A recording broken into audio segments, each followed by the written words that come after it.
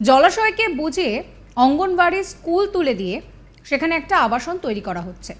কর্পোরেশনের কাজ বন্ধ করার জন্য থানাকে লিখিত নির্দেশ পাঠানো হয়েছে, তারপরেও কাজ বন্ধ হয়নি। কাজ বন্ধ করার ক্ষমতা নেই। কলকাতায় বেআইনি নির্মাণ তৈরি নিয়ে বিস্ফোরক অভিযোগ শ্রমিক ভট্টাচার্যের।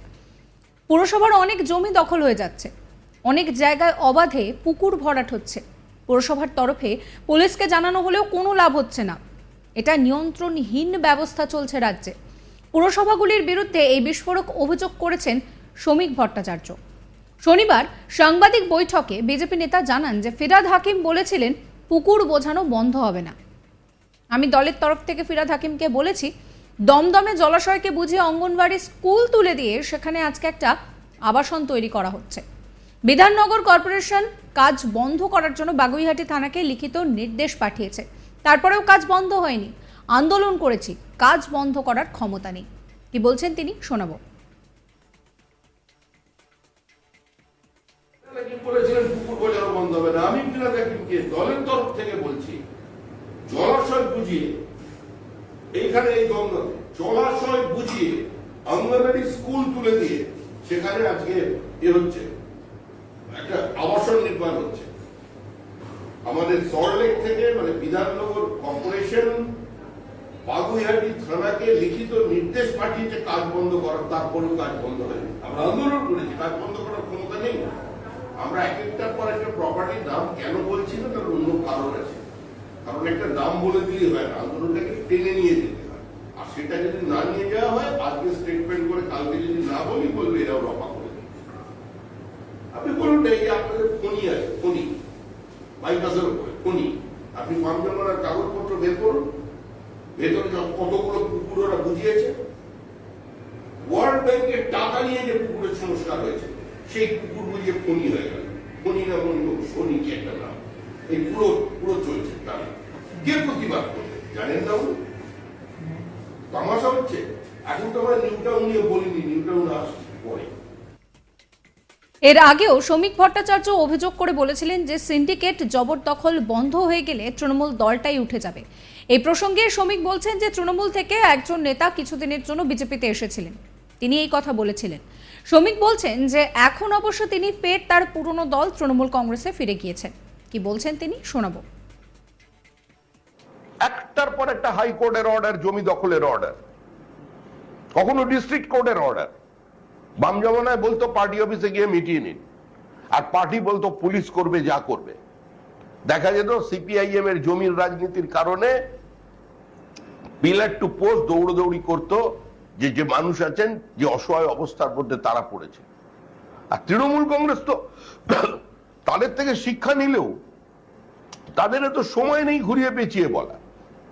সম্পূর্ণভাবে তারা এই কথা বলে যাচ্ছেন। আমরা নথি দেখিয়েছিলাম আপনাদের। বিধাননগর কর্পোরেশন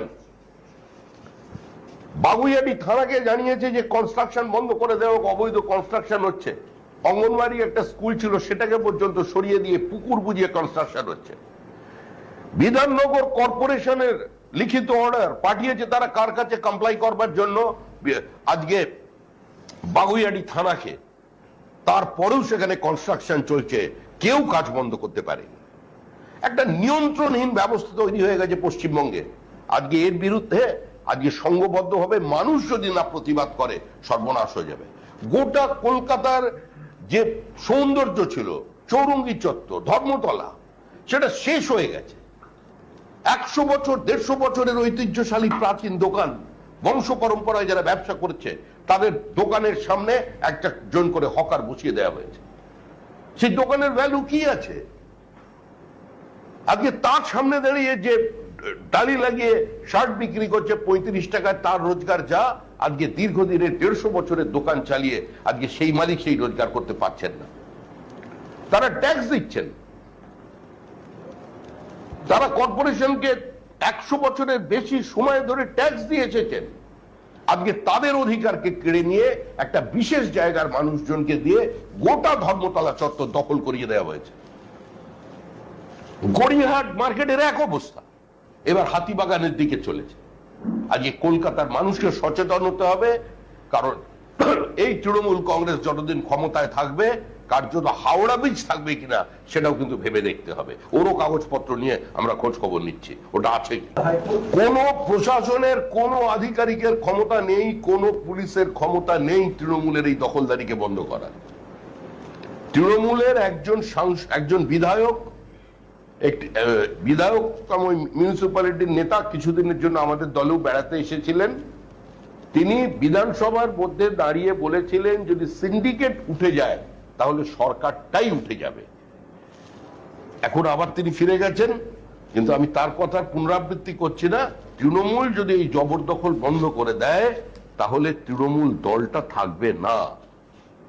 তৃণমূলের দুই কাউন্সিলরের লড়াই তৃণমূলের কোন জাতীয়তাবাদের তত্ত্বের অন্তর্দ্বন্দ্বের লড়াই নয়। এলাকা দখল, জমি, কে কটা দোকান পাবে, কে কটা বাড়ির ভাগ পাবে তার লড়াই। সেটা যদি মুখ্যমন্ত্রী বন্ধ করে দেন তৃণমূল দলের ছাপে তালা লেগে যাবে। এইসব ক্ষোভের কারণেই কি এই 69টা পুরসভায় আপনারা এগিয়ে গেলেন লোকসভা ভোটে? যদিও জবরদখল, অবৈধ নির্মাণের অভিযোগ উড়িয়ে দেননি কলকাতা মেয়র ফিরহাদ হাকিম, তবে এই ব্যাপারে তিনি বলছেন যে পরিবেশ দফতর, পুলিশ প্রশাসনের উদ্যোগে নজরদারি চালানো হচ্ছে। যদিও পুরমন্ত্রীর দাবি কলকাতা পুরসভার বেশিরভাগ জমি পুনর্দখল করা সম্ভব হয়েছে। কি বলছেন তিনি শোনাবো। হয়ে যাচ্ছে, এগুলোকে আনঅথরাইজ কনস্ট্রাকশন হয়ে যাচ্ছে।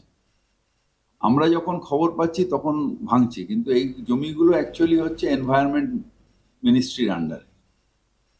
ওদের নিজেদের একটা টিম থাকা দরকার, একটা লোক থাকা দরকার, তারা এসে বলবে। আমরা যখন পাচ্ছি, আমরা সবটাই তো কলকাতা কর্পোরেশনের এরিয়ার মধ্যে নয়, তার বাইরেও তো অনেক ওয়েটল্যান্ড আছে, তার বাইরেও অনেক জমি আছে যেগুলো পঞ্চায়েতে আছে, এতে আছে। সেখানেও যেহেতু কলকাতার লাগোয়া, ওখানে অনেক দাম, সেগুলো এনক্রোচ হয়ে যাচ্ছে। এইগুলো প্রশাসনকে, এনভায়রনমেন্টকে এবং পুলিশকে এটা দায়িত্ব নিয়ে দেখতে হবে। আমাদের যেখানে বলবো আমরা গিয়ে ভেঙে দেবো।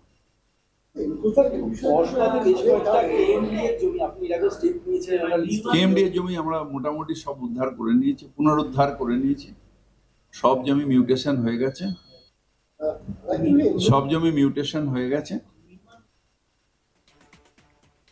আপনাদেরকে শোনালাম ফিরহাদ হাকিম তিনি কি বললেন। অর্থাৎ এই সমস্ত কিছু নিয়ে একদিকে ফিরহাদ হাকিম যখন এই কথা বলছেন, তখন পাল্টা তোপ দাগছেন শ্রমিক ভট্টাচার্য। তিনি বলছেন যে জলাশয় বুঝিয়ে অঙ্গনবাড়ি স্কুল তুলে সেখানে একটা আবাসন তৈরি করা হয়েছে। কি কি অভিযোগ করছেন তিনি শোনাবো। ফিরহাদ হাকিম বলেছিলেন পুকুর বোঝানো বন্ধ হবে না। আমি ফিরহাদ হাকিমকে দলের তরফ থেকে বলছি জলাশয় বুঝিয়ে এইখানে এই গঙ্গাতে জলাশয় বুঝিয়ে অঙ্গনবাড়ি স্কুল তুলে দিয়ে সেখানে আজকে হচ্ছে। সাবস্ক্রাইব করবেন আজ তাক বাংলার ইউটিউব চ্যানেলকে, ফলো করবেন হোয়াটসঅ্যাপ চ্যানেলও।